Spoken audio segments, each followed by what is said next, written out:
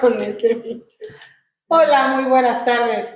Bienvenidos al programa de la plataforma El Mexiquense Hoy. Estamos muy agradecidos con el licenciado Juan Manuel Padrón Lara, que nos presta este espacio, un espacio muy valioso. Licenciado, le enviamos un saludo y muchos agradecimientos por este espacio.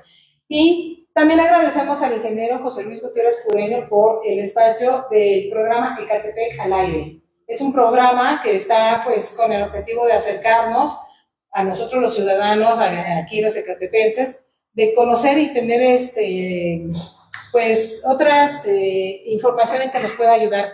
El día de hoy vamos a tener un tema muy, muy interesante, muy importante para nosotros, sobre todo porque estamos hablando de que Ecatepec es una de las periferias en donde la regularización de la propiedad todavía pues está, pues es muy demandante, nuestro patrimonio.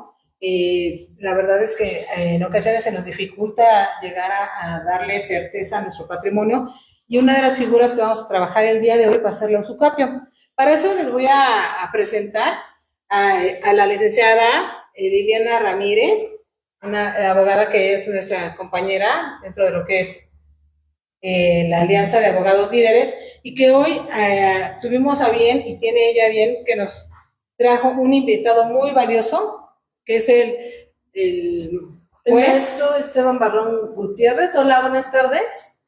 Para ello contamos con la distinguida presencia del maestro Esteban Barrón Gutiérrez, y voy a hablar un poco de su síntesis curricular, su formación académica: maestro en Administración Pública por la Universidad de Birmingham, Reino Unido, posgrado presencial, graduado en el 2011 con honores, licenciado en Derecho por la FES Acatlán de la UNAM, con mención honorífica en el 2008, y estudios de doctorado en Derecho en la Facultad de Derecho en la UNAM.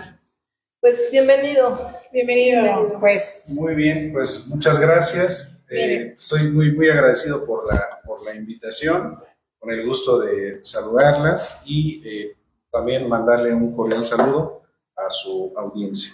Gracias. Muchas gracias. Es doctor, maestro, ¿verdad? Soy maestro, cuento con estudios de doctorado, pero aún no me gradúo. Sí, yo tenía entendido que era doctor, pero bueno, como dice usted, todavía no se gradúa, pero estamos aquí muy agradecidos con su presencia. Voy a tomar, a enunciar los temas, más bien las modalidades en las cuales nosotros, como ciudadanos mexicanos, podemos adquirir la propiedad aquí en nuestro país. Existe la figura de la compraventa, la donación, la herencia, la permuta, por derechos de accesión, la ocupación, la prescripción adquisitiva o usucapio, y los contratos traslativos de dominio. En este caso, y el día de hoy, vamos a tratar un tema que es muy vasto, que es la usucapio. Platícanos, licenciado, de este tema tan interesante, por favor. Muy bien, sí, empezaríamos a hablar entonces de la usucapión. Ajá. Ahí empezamos un poquito desde la expresión, desde el término, ¿no? El término es usucapión, es una figura jurídica que viene del derecho romano, viene de la raíz latina usucapio. Entonces es muy común, inclusive en la jerga jurídica, que los abogados nos refiramos comúnmente a esta figura como usucapio, ¿no? Con acento, a lo mejor si está castellanizada, el uso, la expresión correcta sería usucapión. Si queremos vernos un poco más finos, más cultos, podemos referirnos como usucapio, pero sabiendo que estamos hablando de la raíz latina. Se conoce con el término de prescripción positiva en algunas otras entidades federativas. En el Estado de México se conoce como usucapión, y en algunas más, por ejemplo la Ciudad de México, utilizan el término de prescripción positiva. Hay algunas otras que utilizan otra expresión, que es el de prescripción adquisitiva, como son, por ejemplo, Zacatecas o Guanajuato. En todo caso, nos referimos a la misma figura. ¿En qué consiste esta? Bueno, pues es una forma, un medio de adquirir la propiedad a título personal mediante la posesión, que debe tener determinadas características, pública, pacífica, continua y en concepto de propietario, por el término que establezca la normatividad aplicable. Es decir, dado que es una figura de la parte sustantiva del derecho civil, entonces está regulada en el Código Civil. Cada entidad federativa tiene sus reglas aplicables a esta figura. Entonces, por ende, el término para usucapión o para prescribir va a variar. Por ejemplo, en el caso de nuestro Código Civil, regula esa figura en los artículos 5.127, 5.128 y siguientes, y establece como términos para la usucapión 5 años de buena fe y 10 años de mala fe, tratándose de bienes inmuebles. En el caso de bienes muebles, los términos son menores, 3 años para buena fe y 5 años para mala fe. Entonces, digamos, de manera general es lo que podríamos comentar en relación a esta figura. Muy bien, perfecto. Aquí en el Estado de México se está dando un impulso muy fuerte para regularizar el patrimonio, y dentro de ello está esta figura del usucapión. Las características ya usted la comentó: la adquisición de buena fe, público, ininterrumpido, pacífico. ¿Cuáles serían los medios por los cuales pudiésemos probar cada una de estas características? Muy bien. Es una pregunta muy interesante. Hablaríamos, para acreditar la acción de usucapión, se requiere la acreditación de 3 elementos. Primero, se requiere que la parte demandada sea el titular registral del bien inmueble que se pretende usucapiar. Ese sería el primer elemento. Segundo elemento sería la existencia de un justo título. Y tercer elemento sería precisamente las cualidades de la posesión, para las cuales ya hablamos. ¿A qué nos referimos con el primer elemento? Esta es una acción que se plantea o se ejercita en contra del titular registral. ¿Por qué razón? Porque tiene por objeto que el demandante se inscriba como propietario del bien inmueble por el transcurso del tiempo, se inscriba en el registro público de la propiedad y del comercio aquí en el Estado de México, en el Instituto de la Función Registral. Entonces, naturalmente, que es una acción que se plantea contra el titular registral, que no siempre es el que va a vender o va a transmitir la propiedad o la posesión al actor, ¿no? No siempre, eso a veces es de manera excepcional. ¿Por qué razón? Porque si se hace directamente del titular registral, como usted lo comentó, ¿no? Puede ser a través de un contrato de compraventa que se realiza en escritura pública ante un notario público. Entonces, cuando hablamos de la usucapión es porque, por regla general, el justo título, es decir, el título, el acto jurídico a través del cual se adquiere ese bien, pues es imperfecto, ¿no? ¿Por qué razón? Porque ahí adolece de algún elemento de validez, no sé, de la forma, a lo mejor presenta ahí, no sé, quizás algún vicio por ahí del consentimiento, un error, etcétera, pero se trata entonces de un título que presenta ahí algún vicio, alguna deficiencia, alguna irregularidad, pero que no obstante lo anterior, con el transcurso del tiempo y con esa posesión o las cualidades que exige la ley, pues naturalmente puede dar origen a adquirir la propiedad. Segundo aspecto sería el justo título. ¿A qué nos referimos con el justo título? Es la causa generadora de la posesión, es decir, la forma a través de la cual, en ese caso, el actor, quien pretenda usucapiar, adquiere la posesión de ese bien inmueble. Podríamos definirlo como el acto jurídico adquisitivo de la posesión en concepto de propietario. ¿Esto qué puede ser? Puede ser un acto jurídico como los que enunció previamente, una compraventa, una donación, una permuta, etcétera. Puede ser, por ejemplo, un documento en el cual consta ese acto jurídico, ¿no? Tengo aquí mi contrato de compraventa, este va a ser mi título. Finalmente nos podemos referir al derecho propiamente dicho, ¿no?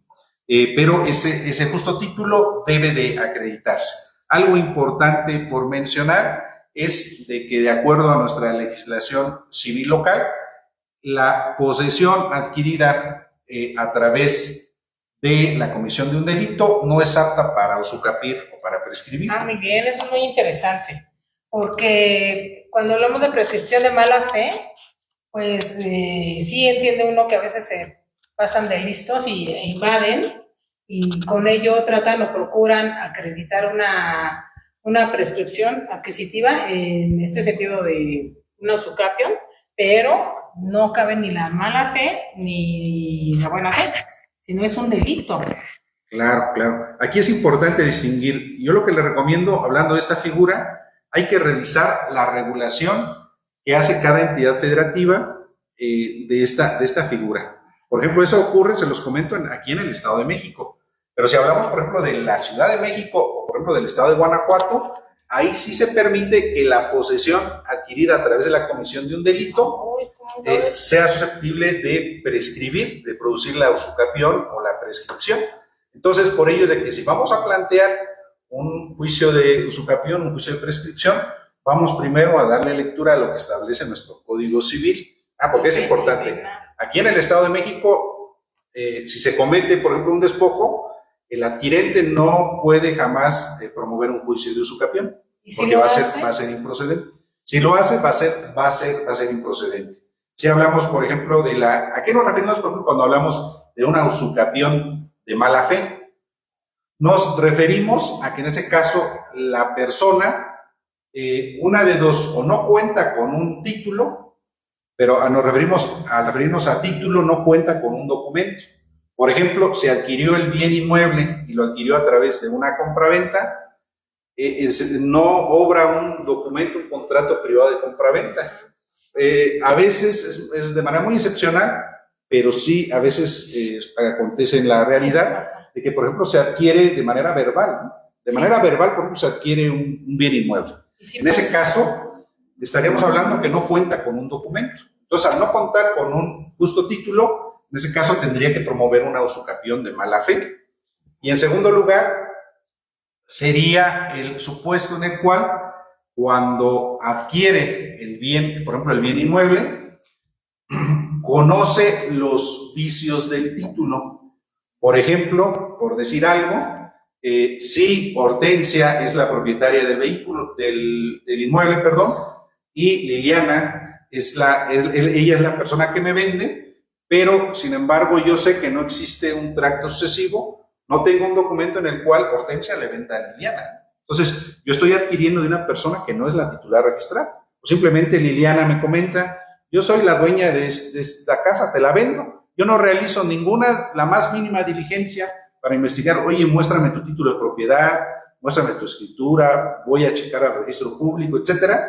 En ese caso, pues estoy totalmente omitiendo cualquier gestión tendiente a indagar efectivamente Liliana sea la propietaria. Entonces, en ese supuesto, se trataría de una usucapión de mala fe, ¿no? Pero sí es importante, en nuestra legislación, sí es importante establecer que en el Estado de México la posesión adquirida a través de la comisión de un delito no es apta para usucapión. No, y en caso de que llegase a suceder a través de fraude procesal, claro. ¿Cómo se le llamaría a esta figura de cuando hacen pues fraude y juntan todos los elementos, pero al final todo fue falso o alterado? Cabe la nulidad, ¿no? Así es. Sí es una cuestión importante, ¿no? Uh-huh. La usucapión, digamos, ¿cuál es la finalidad, cuál es el objetivo? Es que al final se dicte una sentencia definitiva, ejecutoriada, la cual sirva como título de propiedad, en ese caso al adquirente, al promovente, al actor, y ya la inscribe en el registro público de la propiedad en nuestro estado. Algo es muy importante mencionarlo, que podemos esa sentencia inscribirla directamente en el registro público, en el IFREM. Sí. Pero, sí, como sí lo mencionó, existen muchas irregularidades, ¿no? Desafortunadamente están las figuras jurídicas, que yo creo que son nobles en cuanto a su objetivo, sí, pero sí siempre ocurre que hay ocasiones en las cuales se hace mal uso de las mismas, ¿no? Sí, entonces, sí. El espíritu del constituyente tuvo un objetivo con una mira de beneficio social, en donde el constituyente pensó en dar la regularización, proveer a las familias de la certeza jurídica de su patrimonio, porque mucha gente compra, lo que platicamos fuera del aire es que en muchas ocasiones, y más hace 40 años aproximadamente, nos hemos encontrado con escrituras, con propiedades en donde sí compraron, pero no escrituraron porque ya no les alcanzaba para escriturar. Entonces decían, te compro y ya después yo escrituro. Y en ese yo después nos llegó la pandemia y quedaron muchas viudas también muy pues totalmente desprotegidas porque pues quien compró fue el esposo, no hay testamento. La verdad es que es una situación tremenda, pero efectivamente la mayoría de los mexicanos tenemos un tema con la regularización de nuestro patrimonio. Entonces, el espíritu del constituyente, me imagino que al ver la gravedad de la irregularidad de las propiedades aquí en el Estado de México, pues su figura, una figura que ya existía, pero que también nació hace poco en la instancia sumaria, fue exactamente para eso, ¿no? Lástima que las instituciones de buena fe también se utilicen para cuestiones negativas, claro, o que afecten el Estado de Derecho, ¿no? Un saludo de Gaby Sánchez, un tema súper importante, y el juez Barrón es un experto en el tema. Stephanie Cedillo, saludos, y Gaby Sánchez también saludos.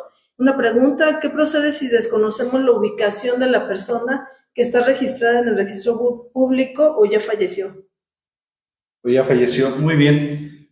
Sí, es algo importante. ¿Qué es lo que procedería? Bueno, nada más para cerrar el comentario de hace rato, les menciono, aunque haya una sentencia definitiva ejecutoriada que tenga la categoría de cosa juzgada, también digamos que la propia norma establece la posibilidad de que, en caso, por ejemplo, de que se haya hecho uso de pruebas, de documentos falsos, se hayan realizado actos de colusión, maniobras fraudulentas para obtener una sentencia favorable, en ese caso se puede promover la nulidad. Entonces hay varios mecanismos, puede ser la acción de nulidad y juicio concluido, puede ser el juicio de amparo, puede ser incluso una acción de nulidad lisa y llana para poder en ese caso revertir una sentencia que fue obtenida pues, de manera fraudulenta, ¿no?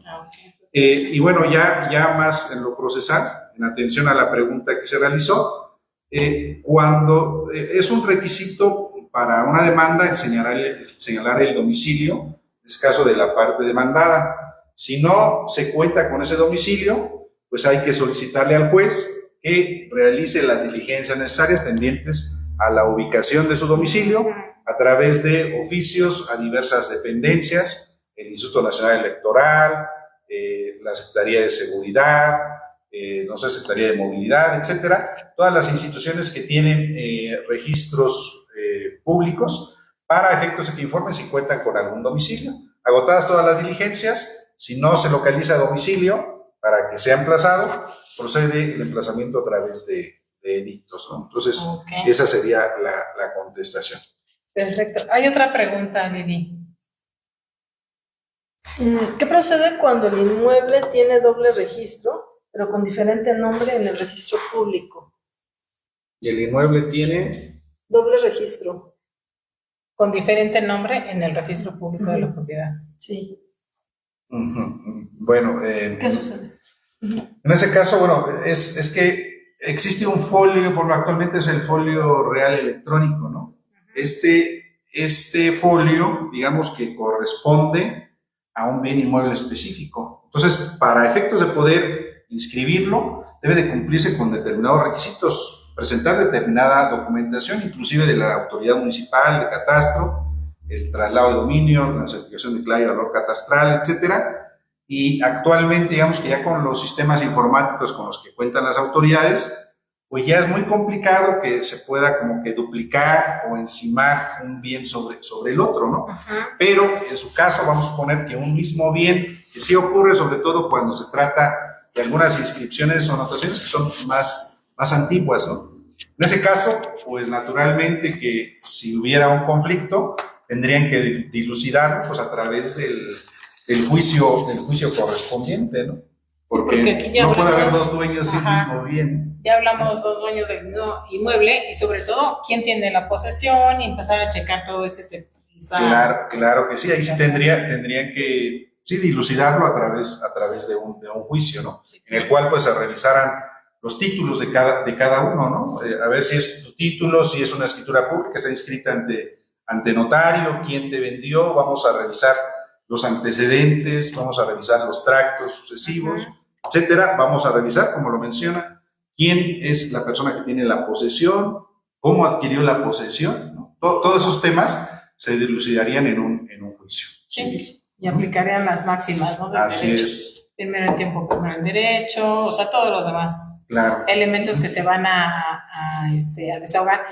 Otra pregunta, por ejemplo, compras un departamento y hay un área común, ¿ahí cómo procede lo que es la usucapión? Porque nos ha tocado que nos piden el peritaje de agrimensura cuando pues es un área común y no la dan, o sea, los mismos peritos dicen, pues es que nos están diciendo que te toman como una cosa en conjunto, una cosa es en conjunto, pero pues al final sí está individualizado el departamento, pero y el área común es un conjunto, o sea, no hay forma de dividirlo.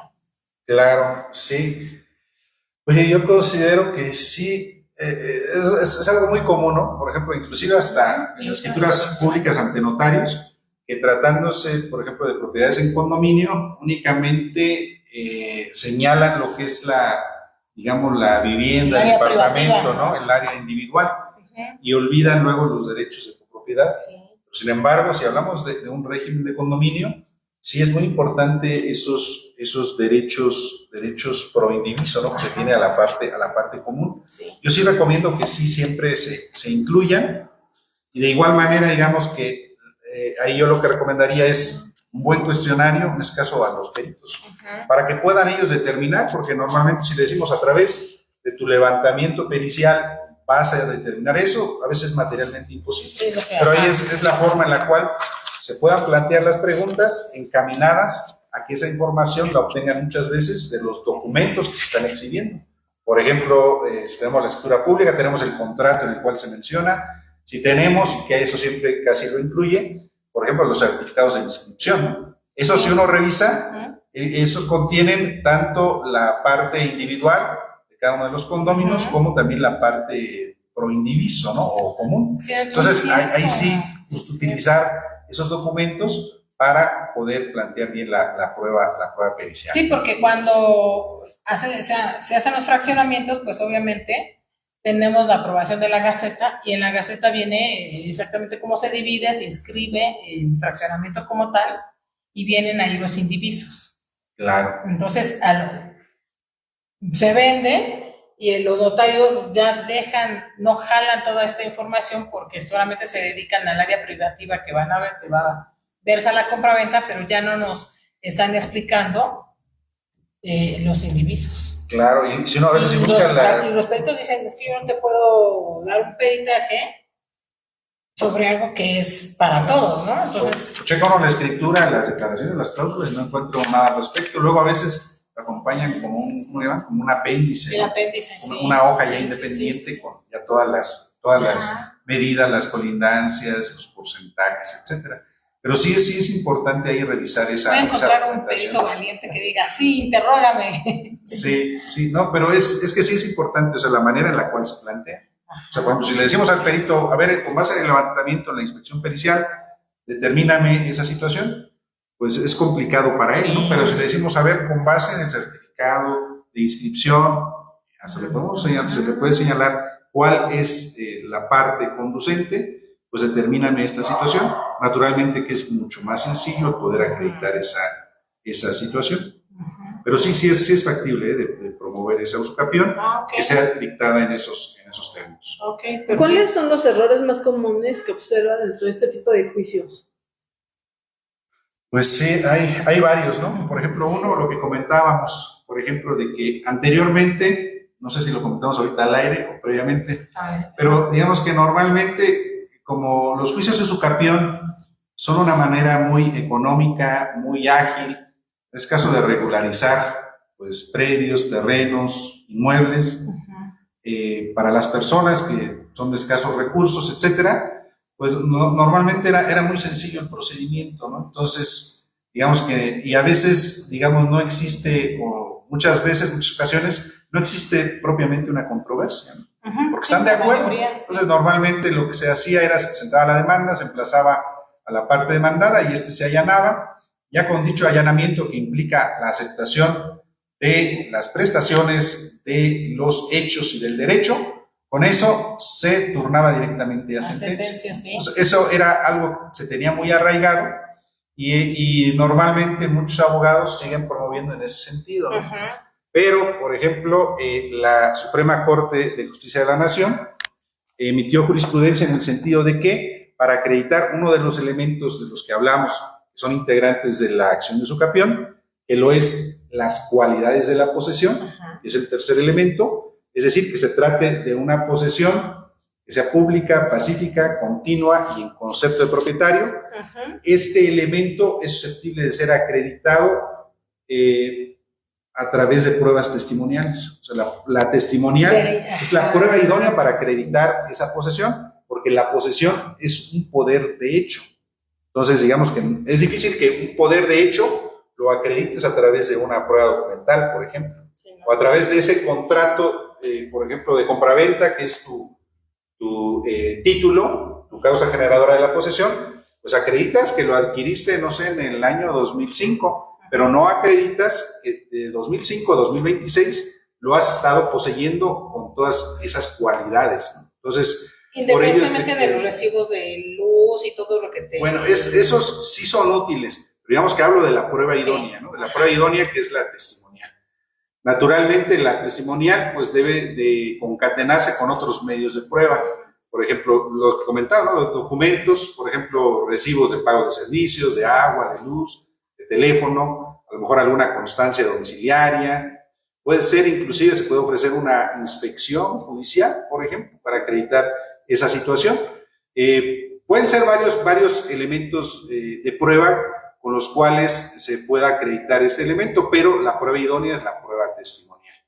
Y más, por ejemplo, cuando hablamos de una usucapión de mala fe, por ejemplo, en la cual la causa generadora de la posesión sea un acto jurídico, por ejemplo, de carácter verbal, pues ahí es más complicado, ahí el estándar probatorio es mayor. Ahí tendrán que precisar los testigos, por ejemplo, la fecha en que se celebró el acto jurídico, quiénes estaban presentes, cuál era el lugar, cómo era el clima en ese momento. Sí, o sea, porque es un testigo que le consta. Es un testigo, o sea, tendría que acreditarse la existencia de un acto jurídico, pues con esas pruebas. Ese es un vicio, pues, muy arraigado que yo he observado. Entonces, el criterio que están tomando, porque, bueno, yo no lo entendía, no lo comprendía, es si aún el dueño, el titular, se presenta y se allana. Yo veía en una obviedad las testimoniales, porque dices, bueno, si ya el que es el dueño, el que es directamente afectado, y se está presentando y está reconociendo todas las prestaciones de hecho y por derecho, ¿por qué los testigos? Yo esa parte no la comprendía, pero hoy en día, ahorita con lo que estamos platicando, pues, es porque la Suprema Corte de Justicia lo está solicitando, ¿no? Como una idoneidad de la prueba, ¿no? Claro, sí. Es que se habla de que a pesar de que el dueño diga, sí le vendí. Se habla de que las normas relativas a la usucapión son de orden público, ¿no? Entonces el Estado, digamos que, sobre todo porque se ha prestado mucho este tema de las usucapiones, ha habido, por ejemplo, fraudes, ha habido muchas conductas ilícitas con base en estos juicios. Entonces ello, digamos que ha motivado al legislador y a los juzgadores a tomar así como que ciertos candados, ciertas prevenciones para, pues, evitar que se lleven a cabo, pues, estos actos fraudulentos. Entonces, por ello es de que se pide, por ejemplo, el tema de acreditar la posesión, pero sí, básicamente, pues, digamos que el sustento jurídico es, pues, que porque la posesión es un poder de hecho, ¿no? Un poder de hecho. Entonces, para acreditar, por ejemplo, un hecho, una realidad fáctica, digamos que esto, pues la prueba idónea es la prueba testimonial. Ok, perfecto, ya lo entendí. Y y lamentablemente, pues hablamos de situaciones en donde sí hay las invasiones y puedes hasta escriturarte y luego presentarte y allanarte, ¿no? También, ¿no? Sí, también es muy común. También por ahí se habla de que el Estado, ¿por qué el Estado permite la existencia, por ejemplo, de la usucapión? Pues es algo parecido como a una sanción por el abandono de los propietarios respecto de sus bienes, ¿no? Sí, claro. Sí, luego es muy común, ¿no? O sea, por ejemplo, una persona que se va a Estados Unidos y deja 10 o 20 años su casa abandonada, ¿no? Pues naturalmente que pues el Estado dice, pues sí es factible que se adquiera la propiedad a través de pues el transcurso del tiempo, ¿no? Pero normalmente que sí, digamos, de ambos lados está como acotado, ¿no? Entonces, por eso es de que se establecen estos tres elementos de que el demandado sea el titular registral, segundo, la existencia de un justo título, y tercero, las cualidades de la posesión, que establecen como elementos para la acreditación de esta usucapión. ¿Alguna otra pregunta? Ahí tenemos otra pregunta. De Stephanie Cedillo igual. No, es el mismo del registro público, que son dos propietarios o dos titulares. No, que si ya falleció la persona que te vendió, ¿a quién va a demandar? Pues a la sucesión, ¿no? A la sucesión, efectivamente. Pero uno tiene que hacer la sucesión. ¿Cómo acreditamos nuestro interés como tercero? O sea, si no encuentras a la sucesión, si no sabes quiénes son y todo, ¿yo cómo podría justificar? Porque yo quiero regularizar la propiedad porque la compré de buena fe, hice la transacción económica, tengo mi contrato privado de compraventa, pero ya falleció la persona. Entonces, tengo que demandar a la sucesión, pero pues vamos a demandar una sucesión que aparezca, o sea, notificar mediante edictos así y ahí se va, o una vez que en los edictos para encontrar al titular, resulta que falleció, y el juez nos dice, bueno, pues ahora demanda a la asociación porque ya falleció, yo ya ahí puedo acreditar con ese acuerdo, yo puedo acreditar ya un interés como tercero para yo abrir la asociación. Sí, es que el propio código faculta a los terceros con interés para abrir un juicio sucesorio de cualquier persona. Naturalmente tiene que acreditar su interés jurídico, ¿no? ¿Cómo lo acreditaríamos? Pues con las copias certificadas de las actuaciones de ese juicio, ¿no? De esa demanda. Con ello, digamos, si son acreedores, ¿no? A los cuales el cuius les debía, o en ese caso es una persona interesada en plantear un juicio, una acción en contra del autor de la sucesión, naturalmente puede denunciar esa sucesión. ¿Qué es lo que va a pasar? Que, de ser posible, también deben de realizarse diligencias. Si él las conoce, debe de señalar quiénes son los presuntos herederos. Son, por ejemplo, están los hijos, no sé, los nietos, los hermanos, etcétera. Y hay que, dentro del trámite del juicio sucesorio, hay que notificarlos para que sea persona. De cualquier manera, la ley establece la posibilidad de que si no se apersonan los presuntos herederos a dilucidar sus derechos, no se designa albacea a la brevedad, la ley establece la posibilidad de que se nombre un interventor que va a representar jurídicamente a la sucesión en este juicio, ¿no? Se le establece un plazo, se le apercibe, en caso de no hacerlo, se designará un interventor. Y ya con el interventor se podría continuar en ese caso el juicio de usucapión. Qué interesante. O sea, sí. También las sucesiones son súper interesantes en ese sentido. Muy bien, ¿alguna otra pregunta? No, solamente, Berna Aguirre. Cuando se ha tenido la posesión por más de 30 años, pero la vivienda ya está muy deteriorada, ¿se pierde el derecho de demandar por salirse los posesionarios del inmueble? ¿Cómo? ¿Porque ya está muy deteriorada la vivienda? Si estaba ocupando 30 años tenía la posesión y se sale, ¿no? Se pierden los derechos. Porque a lo mejor si se queda puede ser peligroso, que llegue el municipio o el gobierno y diga salte porque se puede caer la propiedad. Bueno, algo importante ahí, y qué bueno que esta pregunta viene a colación, es precisar el tema de la posesión apta para usucapir o para prescribir. Esta debe de ser posesión originaria.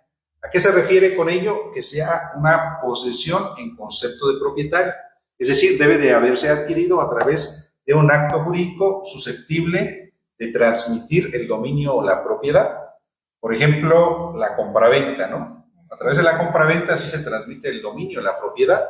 U otro acto jurídico, la permuta, la donación, la cesión de derechos, ¿no?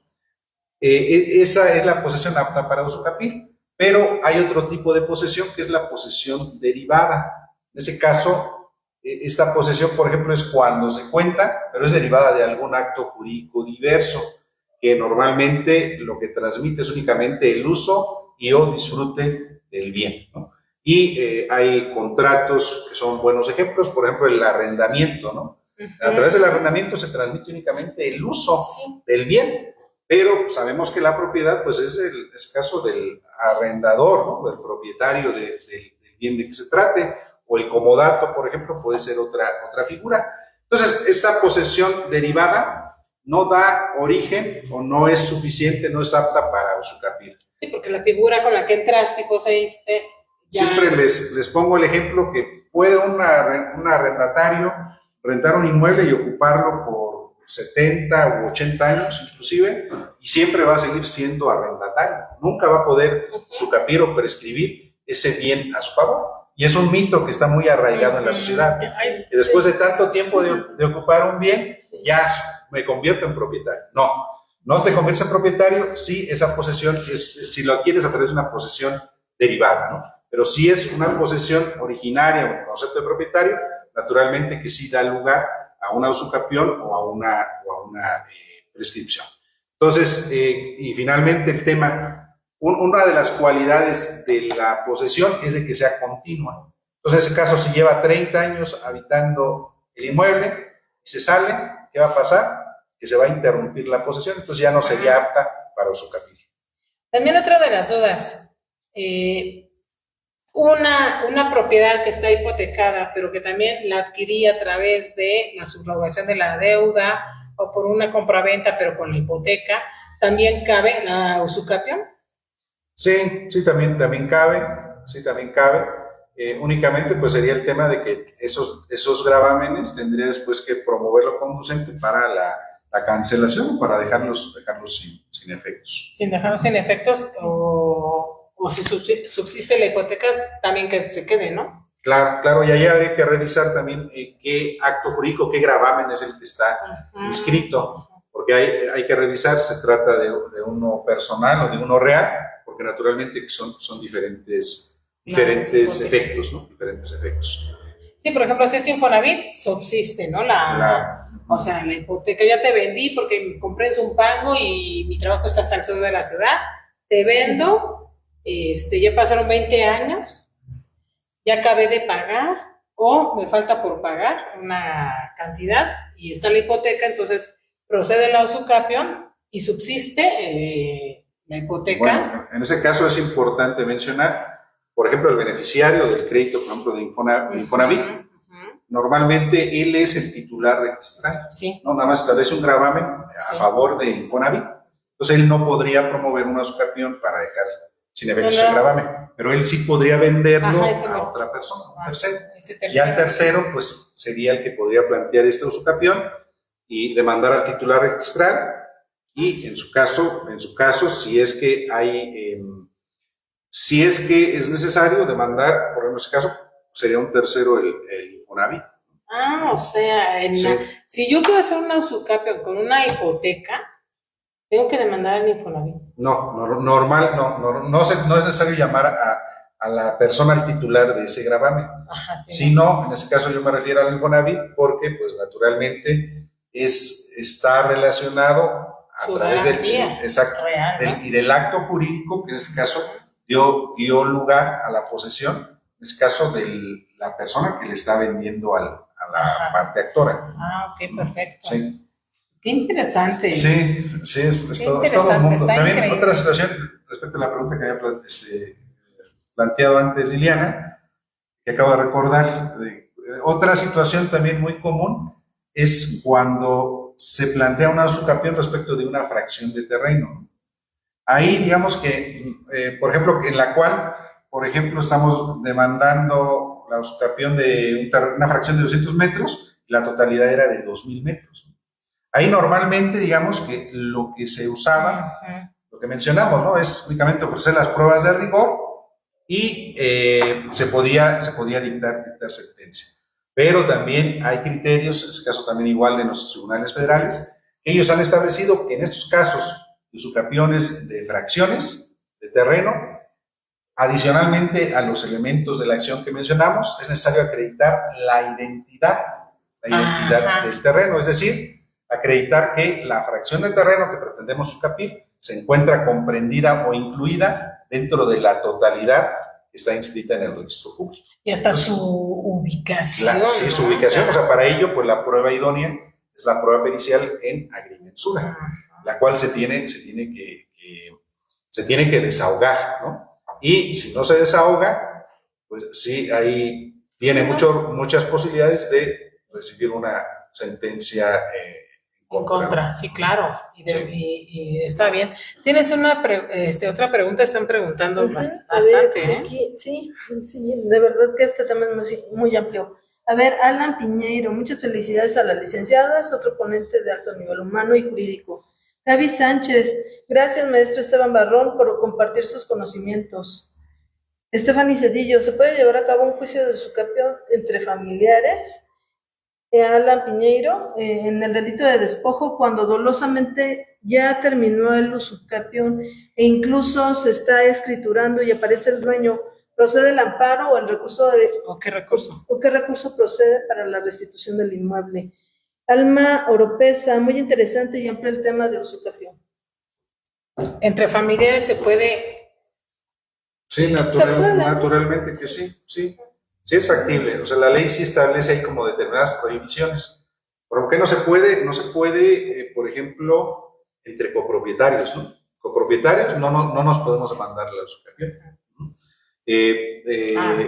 Por ejemplo, no se puede promover la usucapión contra, por ejemplo, de propiedad, por ejemplo, del Estado. Es una Como prohibición. me gusta el cerro y lo quiero. Claro, sí. O me gusta el Zócalo de la Ciudad de México y promuevo mi prescripción positiva. Un pedacito de un parque, ¿no? Público. Sí.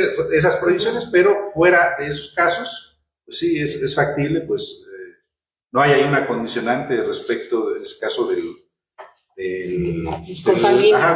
actor o demandado, que sean consanguíneos, que tengan alguna otra relación.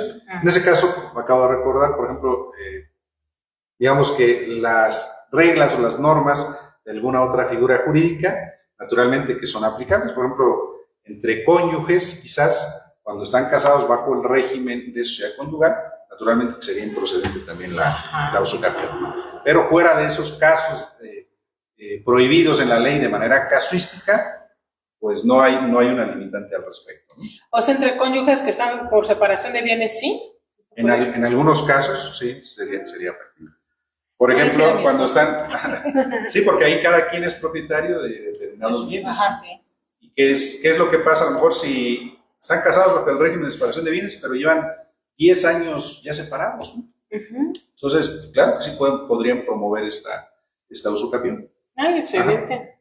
Muy bien.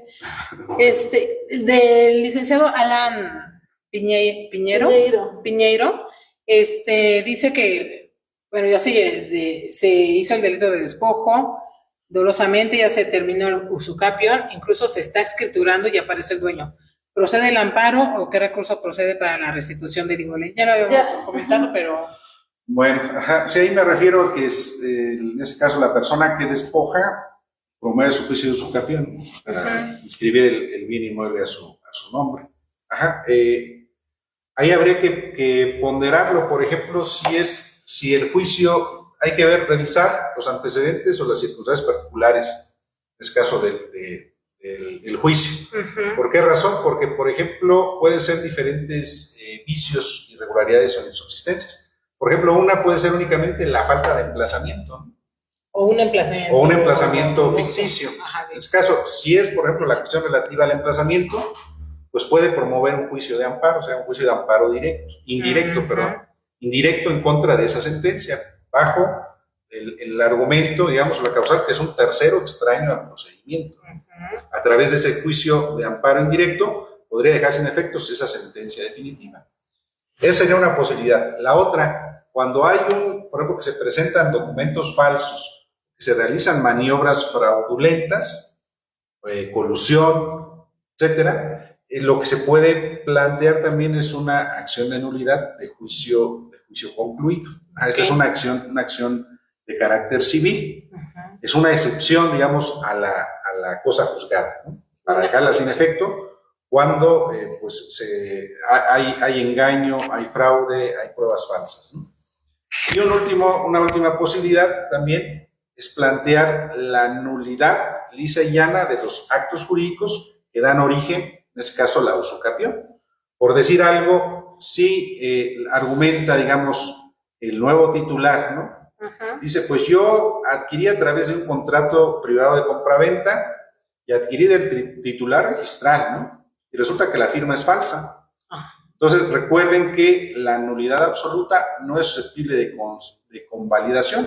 Así pasen 10, 20 o 30 años, va a poder plantearse esa nulidad. Entonces, con esa nulidad se puede plantear y también se podrían solicitar dejar sin efectos, porque digamos, los efectos de la declaración judicial de nulidad es que queden sin efecto pues todas las consecuencias, todos los actos que se derivaron de esos actos nulos, ¿no? Entonces, podría también solicitarse la nulidad, en ese caso, de esa sentencia de usucapión, de todos los actos que se realizaron, en ese caso, ante las autoridades municipales, ante el registro público, etcétera, ¿no? Pero esa posibilidad, nada más hay que tener ahí cuidado con el tema, en este caso, de los terceros adquirentes de buena fe. Es otro tema, pero es un poco complejo, un poco amplio, que ameritaría inclusive otra plática, pero que sí es importante que la gente lo sepa. Mi recomendación, ¿cuál es? Yo le recomiendo a la gente y a los abogados que se abstengan de utilizar contratos hechizos, contratos con firmas falsas para promover sus juicios de usucapión, porque eso es como construir en arena, ¿no? Puede haber seguramente alguna irregularidad. Lo que se trata es de contar con seguridad, con certeza jurídica. Entonces, de esa manera nunca lo van a lograr. Realmente lo que se trata es encuadrar en lo que es el espíritu del constituyente, por qué se hicieron estas figuras. Estas figuras. Sí. Se me fue la pregunta, pero bueno, adelante. Isamar, ¿qué pasa si ya se buscó por todos los medios el supuesto daño que le apareció a mi terreno y no aparece? Y también que no dice, vive en los lugares donde supuestamente aparece. ¿Ha sido tardado el juicio por eso? Sí, es un tema así. El emplazamiento por edictos sí es un proceso muy largo, muy largo, porque de todos los domicilios que se localizan hay que agotarlos, hay que cerciorarnos de que vive o no vive ahí el demandado. Si vive, hay que emplazarlo ahí. Si no vive, hay que agotar ese domicilio, ¿no? Entonces, también igual mi recomendación es de que si existen los domicilios, pues que se agoten los mismos, ¿no?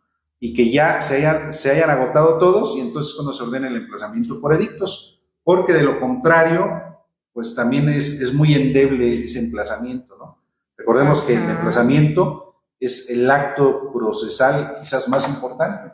Entonces, por ejemplo, si esa persona que lo más probable es de que es emplazada a través de edictos, lo más probable es que no comparezca a juicio, si 5 años después se entera, puede revisar, por ejemplo, en este caso el emplazamiento, podría inclusive, lo que hablamos, promover un juicio de amparo indirecto por defectos en el emplazamiento, podría echar abajo esa sentencia, ¿no? Claro. Entonces, sí es importante, digamos que tomar conciencia de que esas formalidades sí deben de cumplirse, y que es mejor para tener mayor seguridad jurídica.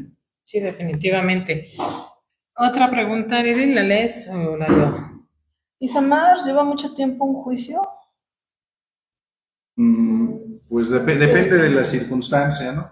Depende de las circunstancias. De hecho, en el Estado de México existen los juicios sumarios de usucapión, son bastante rápidos. Inclusive aquí también los juicios ordinarios también se tramitan muy, muy rápido, ¿no? Puede darse inclusive el caso, pues no sé, entre unos 2 y 5 meses quizás, que sería más o menos la duración de un juicio normal, que sería muy rápido, ¿no? Claro. Esto, naturalmente, que hay otras entidades federativas donde tardan más, y ello pues también hay que atender pues a la carga de trabajo de los tribunales. Claro, sí. Mira, también dice, bueno, ya leíste de Isamar, dice Hernández Mari. Buenas tardes, ¿se puede usucapiar entre cónyuges? Ya lo había dado la respuesta. Sí. Que sí, siempre y cuando sea por separación de bienes, no cuando es sociedad conyugal. y en separación de bienes, dependiendo también de ciertas circunstancias, ¿no? O Claro. con ciertas...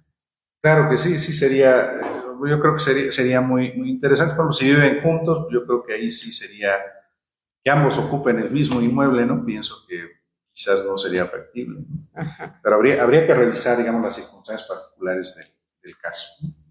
Y aquí sí, algo que acabo de recordar, que viene a colación, sí es muy importante, sobre todo ahorita con la entrada en vigor del Código Nacional de Procedimientos Civiles y Familiares, el cual ya introduce o nos obliga en materia civil y familiar de introducir lo que es la teoría del caso, ¿no?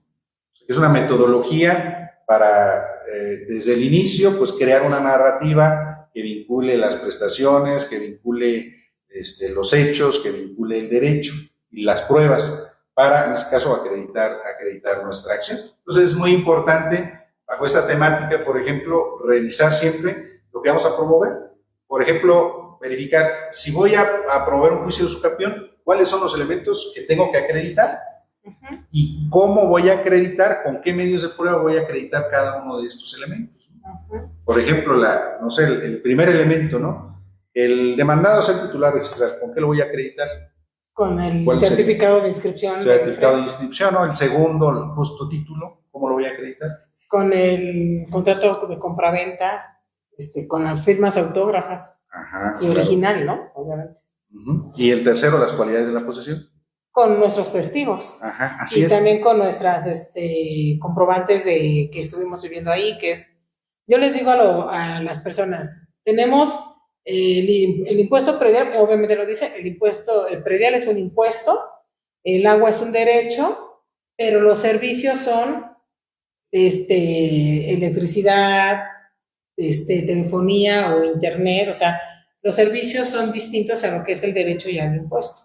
Entonces, con todo ello podemos acreditar nuestra posesión y damos una certeza, en este caso al juzgador, de nuestro dicho, de nuestra demanda. Claro, claro. Entonces, sí, desde el inicio, entonces ver cómo vamos a acreditar nuestra acción, con qué medios de prueba, vincularlo todo, y ahora la única diferencia va a ser, ya que entre en vigor el Código Nacional, en vez de que las audiencias sean escritas y todo, pues van a ser orales, ¿no? Pero en sí, pues la figura pues va a ser la misma, va a ser los mismos elementos que tenemos que acreditar. Sí. Y rapidísimos, va a ser muy rápido, ¿no? Bueno, pareciese. Esperemos. Bueno, de alguna manera el desahogo del proceso oralmente siempre es más rápido, ¿no? Que hace poquito, pero un poquito más rápido, ¿no? Sí, es más rápido, ¿no? Tiene sus ventajas. Sí. Ahí luego el tema son las audiencias, ¿no? Y yo creo que sí se requiere pues más personal, más jueces y todo, ¿no? Para que sea como usted, más pronta y expedita la preparación, sí, claro.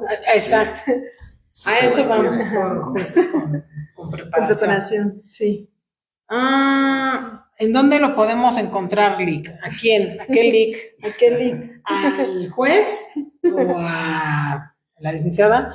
El juez es juez del Poder Judicial del Estado de México, o sea, es una autoridad, es funcionario público. Así es, claro. Pero no es que tenga una ubicación para consultar. Claro, no somos asesores jurídicos, exacto, ¿no? No. Digamos que aquí, por ejemplo, participamos en esa ponencia, en esa conferencia, digamos, como con carácter académico, informativo. Pero pues cualquier cuestión, digamos, relacionada, en este caso con nuestro trabajo y todo, pues sí me encuentro adscrito actualmente en el Juzgado Primero Civil de Ecatepec. Okay. Podemos organizar un foro para la ciudadanía. Sí, podemos organizar un foro para la ciudadanía. También si nos lo permite. Claro, si nos acepta la invitación. Ajá, claro. Sí, convocamos a un foro, y con tiempo para que también las preguntas, pues, veríamos la dinámica de las preguntas y todo ello. Porque sí es muy amplio el tema. Sí, bastante amplio. Es bastante muy interesante. Sí. Bastante interesante, dice Stephanie Cedillo. ¿Qué sucede si es un terreno y no cuenta con ningún servicio para poder acreditar esa parte? Si es un terreno y no cuenta con... Sí, porque es un terreno liso y llano. Los testigos. Pero no hay para acreditar servicios, no mucho menos. Ajá, pues sí, sería la prueba idónea, serían los testigos. Ajá. O a lo mejor también, o sea, luego a veces son terrenos rústicos, ¿no? De cultivo, por ejemplo. Pues puede ser ahí a lo mejor una inspección, si está sembrando, no sé, maíz, cebada, etcétera. Podría ser una inspección, ¿no? Pero, unas fotografías a lo mejor. y ahorita me surge un comentario, salvo su mejor opinión, pero forzosamente para los ucapión debe ser propiedad privada. Así no puede es. ser ejido. No puede ser, sí. no puede ser elegido. Sería también otra prohibición, O área comunal. Porque digamos, por ejemplo, los los regímenes de ejidatarios. propiedad ejidal o comunal tienen sus propias reglas, ¿no? Claro. De transmisión, en este caso de los derechos, sobre las parcelas, ¿no? Los terrenos. Sí. A menos que se desincorpore el ejido y entonces ya pase al régimen de propiedad privada. ¿O pequeña propiedad también? Sí. Es que es una modalidad, digamos, del régimen de propiedad privada. Okay. La pequeña propiedad. Ok. Pues creo que ya nos estamos pasando de tiempo. Sí. ¿Puedo hacer una última pregunta? Claro que sí. Por ejemplo, sufrimos el despojo y demandamos la acción reivindicatoria. Nos reconvienen con la usucapión por de mala fe. Obviamente, como hay un despojo, definitivamente en el proceso vamos a anular la reconvención, ¿verdad? Claro que sí, esa acción reconvencional de usucapión está condenada al fracaso. Sí. Al fracaso. Perfecto. Sí, porque estaría sustentada en un despojo. En un delito. Sí. Excelente. Ana Silvia Montero, muchas gracias por compartir sus conocimientos, maestro. Y muchas gracias a la licenciada Liniana por su profesionalismo y por la invitación. Muchas gracias, Ana. Y bueno, pues damos las gracias, cerramos ahorita este espacio. ¿Algún comentario, Lili? No, solamente agradecer al señor juez Esteban Barrón por aceptarnos la invitación y por compartir toda su valiosa información, sus conocimientos. Y esperemos que no sea la última vez. Tenemos pendiente, si usted me lo permite, señor juez, adquirientes de buena fe. Podríamos tomar un tema también en ese punto, ¿no? Que dijo que era otro tema muy importante. Claro que sí. Sí, tema ahí vinculado con los adquirentes de buena fe. Que son los terceros. Sí, son los terceros. También es un tema muy interesante. Muy interesante. Sí. Ok, pero, pues la verdad estamos muy agradecidas, Lili. Muchísimas gracias por tus aportaciones. Les agradecemos mucho. Muchas gracias al licenciado Juan Manuel Padrón Lara, al ingeniero José Luis Gutiérrez Cureño. Licenciada, muchísimas gracias siempre, licenciada Maricruz, que nos está regalando este gran, valioso tiempo. Y a todos ustedes por vernos, por acompañarnos. Les agradecemos mucho sus opiniones, que sigan las preguntas. Se los vamos a pasar al juez y que nos haga las respuestas. Y en una segunda entrevista podemos desahogar todas estas preguntas. Gracias y buenas tardes a todos.